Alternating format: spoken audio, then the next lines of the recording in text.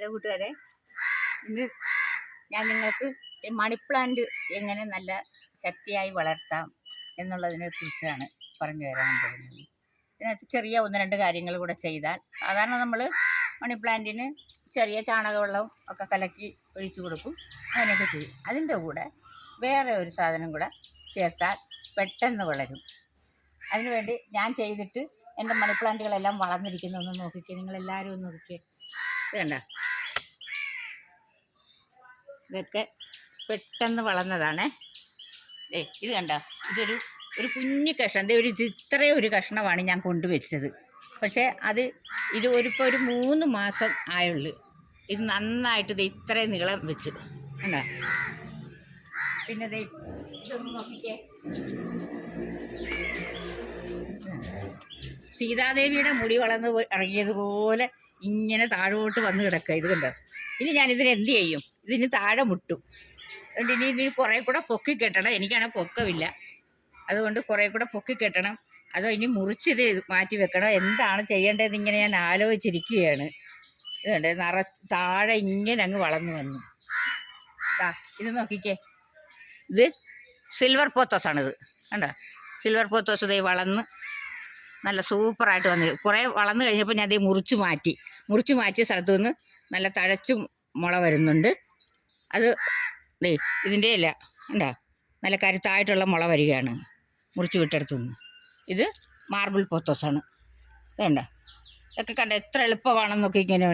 പക്ഷേ മെയിനായിട്ടുള്ളൊരു കാര്യം എന്ന് പറഞ്ഞാൽ, ഇത് ഒരു കാരണവശാലും വെയിൽ കൊള്ളാൻ പാടില്ല. ചെറിയ ഒരു ഷെയ്ഡ് അടിക്കുകയേ ചെയ്യാവുള്ളൂ, അല്ലാതെ നല്ല വെയിൽ കൊള്ളാൻ പാടില്ല. വെയിൽ കൊണ്ടാൽ ഇത് ശരി അതിൻ്റെ വളർച്ച മുരടിച്ചു പോകും. ഇത് ഗോൾഡൻ പോത്തോസ് ആണ്, ഗോൾഡൻ നിയോൺ പോത്തോസ് എന്നൊക്കെ പറയും. ഇതും അത് രണ്ടുമാണ്. ഇത് ഇങ്ങനെ 4-5 തരം പോലെ പോത്തോസ് ഉണ്ട് എനിക്ക്. പിന്നെ ഇത് വളരാൻ വേണ്ടി ഞാൻ ചെയ്ത പണി എന്താണെന്ന് വെച്ചാൽ, ഇതിൻ്റെ നമ്മൾ സാധാരണ ചാണകവെള്ളം പച്ച ചാണകം കലക്കി വെച്ചിട്ട് അതിൻ്റെ തെളിയെടുത്ത് ഇതിന് ഇലകളിലും ചുവട്ടിലും ഇലകളിൽ സ്പ്രേ ചെയ്ത് കൊടുക്കും, ചുവട്ടിലേക്ക് അല്പം ഒഴിച്ചു കൊടുക്കുകയും ചെയ്യും. അങ്ങനെയാണ് ചെയ്തുകൊണ്ടിരുന്നത്. ഞാൻ ഒരു പരീക്ഷണം കൂടെ നടത്തി നോക്കിയതാണ്.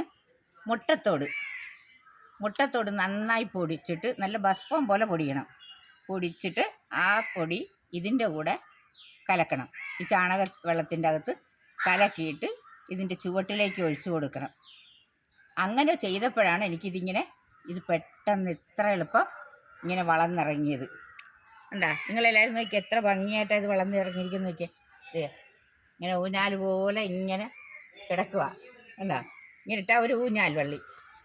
കണ്ടാ, നോക്കിയേ എത്ര ഭംഗിയായിട്ട് ഇരിക്കുന്നതെന്ന് നോക്കിയാൽ. കുഞ്ഞുങ്ങൾക്കിരുന്ന് ആടിക്കളിക്കാം. ഇനിയിപ്പോൾ ഇതിനെല്ലാം കുറച്ചുകൂടെയൊക്കെ ഡെവലപ്പ് ചെയ്ത് പൊക്കിയൊക്കെ ഒന്ന് വയ്ക്കണം. ഇതിപ്പോൾ ഞാൻ ഇവിടെ മരത്തിൻ്റെ തണലിലാണ് വെച്ചിരിക്കുന്നത്.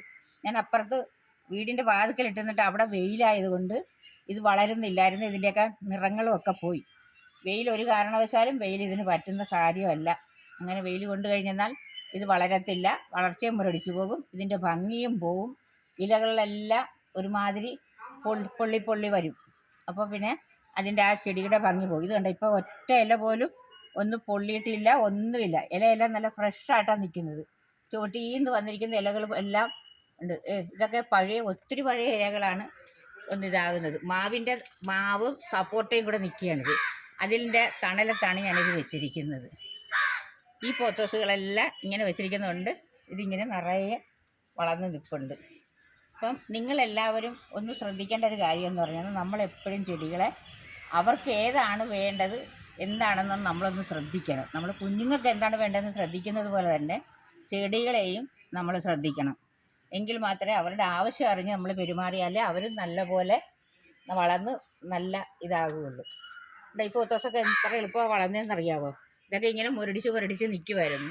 ഇപ്പം അങ്ങോട്ട് വളർന്ന് ഇത്രയും ഇറങ്ങിയതാണ്. ഞാൻ ഈയിടെ ഒരു കൊച്ചു കഷ്ണം കൊണ്ടുവച്ചത് ഞാൻ കാണിച്ചു തരാം.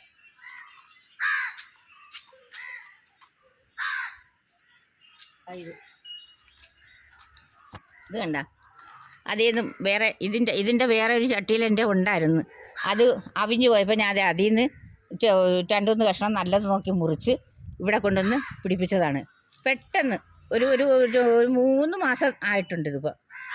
ഇത് ആ വളം ഇട്ടത് കൊണ്ടാണ് ഇതിങ്ങനെ ഇത്രയും നീളത്തിൽ വന്നത്. അതിൻ്റെ കൂടെ ഞാനൊരു നിയോൺ പോത്തോസ് കൂടെ വെച്ചിട്ടുണ്ട്. ഒരു കൊച്ചു കഷ്ണം കിട്ടിയപ്പോൾ അതും കളഞ്ഞു. എന്തായാലും ശരി, ഒരു കുഞ്ഞു കഷ്ണമാണ് കിട്ടിയാലും ഞാനത് കളയത്തില്ല. അങ്ങനെ വെച്ച് പിടിപ്പിക്കുന്നതാണ്. അത് വെച്ചപ്പോഴത്തേക്ക് എത്ര എളുപ്പം അത് വളർന്നിറങ്ങിയെന്നറിയാമോ. ഇതാണെങ്കിൽ ഭയങ്കര സ്ലോയിലേ ഇതിൻ്റെ ഗ്രോത്ത് നടക്കുന്നത്. പക്ഷേ ഈ വളം ഇട്ടതിന് ശേഷം ഡിമേന്നിങ്ങ് വളർന്ന് ഇറങ്ങി. ഈ 3 മാസം കൊണ്ട് ഞാൻ ഒരിക്കലും ഓർത്തല്ല ഇത് ഇത്രയും നീളത്തിൽ വളരുമെന്ന്. എന്താ ഇവിടെ ഇങ്ങനെ വെച്ചിട്ട് ഇതിങ്ങനെ വളർന്നിറങ്ങുന്നു. നല്ല കരുത്തായിട്ട് വരുന്നുണ്ട്, നല്ല വള്ളിയായിട്ട്. ഇതിനി എടുത്ത് വെറുതെ ഒരു കൊച്ചു ഇത് ട്രേക്കകത്ത് ഞാൻ വെച്ച് കൊടുത്തതാണ്. ഇനിയിപ്പോൾ ഇത് വേറെ നല്ല ചട്ടിയിലേക്ക് ആക്കണം. പിടിപ്പിക്കാൻ വേണ്ടി ഞാനിതിങ്ങനെ വെച്ചതാണ്. പക്ഷേ ഈ വളം ഇട്ടത് കൊണ്ട് ഇത് ഇത്രയും നന്നായിട്ട് വളർന്നു വന്ന് നോക്കിയേ. ഇത് നിങ്ങളെ കാണിച്ചു തരാൻ വേണ്ടിയാണ് ഞാനിതിങ്ങനെ വെച്ചത്. ഇനി ഇതിനെ എടുത്തിട്ട് ഹാങ് ചെയ്യുന്ന പോട്ടിലേക്ക് മാറ്റിയിട്ട് ഇത് ഇടണം.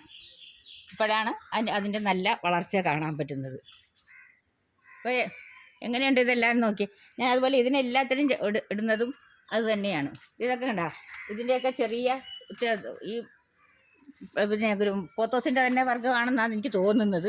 ഇതിൻ്റെയൊക്കെ കുഞ്ഞു കഷ്ണങ്ങളൊക്കെ പൊട്ടി വീഴുമ്പോഴത്തേക്ക് ഇതിൽ നിന്നൊക്കെ പൊട്ടി വീഴുന്നത് ഞാനെടുത്ത് ഇതിനകത്തേക്ക് വെച്ചതാണ്. ഇതൊക്കെ നല്ല കരുത്തായിട്ട് വരുന്നുണ്ട്. ഒരു കൊച്ചു കഷ്ണം നിയോൺ പോത്തോസിൻ്റെ വെച്ചതാണ്. നോക്കിയേ എത്ര കരുത്തായിട്ടാണ് അത് വരുന്നതെന്ന് നോക്കിയേ. വെറുതെ ഈ കുഞ്ഞു പാത്രമാണ്, എന്നിട്ട് പോലും നല്ല കരുത്തായിട്ടാണ് വരുന്നത്. അല്ലാതെ ഉണങ്ങിയൊന്നുമല്ല, നല്ല ഇതായിട്ട് വരുന്നുണ്ട്. അത് ഈ വളത്തിൻ്റെ ഒരിതാണ്. ഇത് നിങ്ങളെല്ലാവരും ഒന്ന് പരീക്ഷിച്ച് നോക്കണം. അപ്പോൾ എല്ലാവർക്കും വീഡിയോ ഇഷ്ടപ്പെട്ടെങ്കിൽ ലൈക്ക് ചെയ്യണം, ഷെയർ ചെയ്യണം. സബ്സ്ക്രൈബ് ചെയ്യാത്തവരുണ്ടെങ്കിൽ സബ്സ്ക്രൈബ് ചെയ്യണം. നമസ്കാരം.